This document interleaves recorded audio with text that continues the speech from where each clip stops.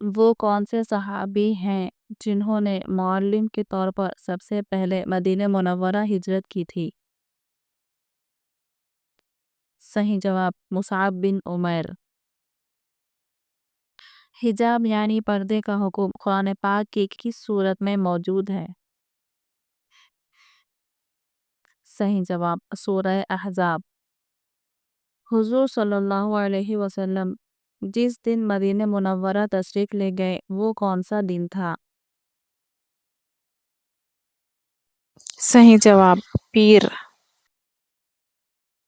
ذو النورین کس صحابی کا لقب ہے؟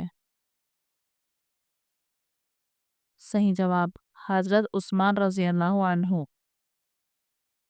ماہ رمضان المبارک کا پہلا عشرہ کون سا عشرہ کہلاتا ہے؟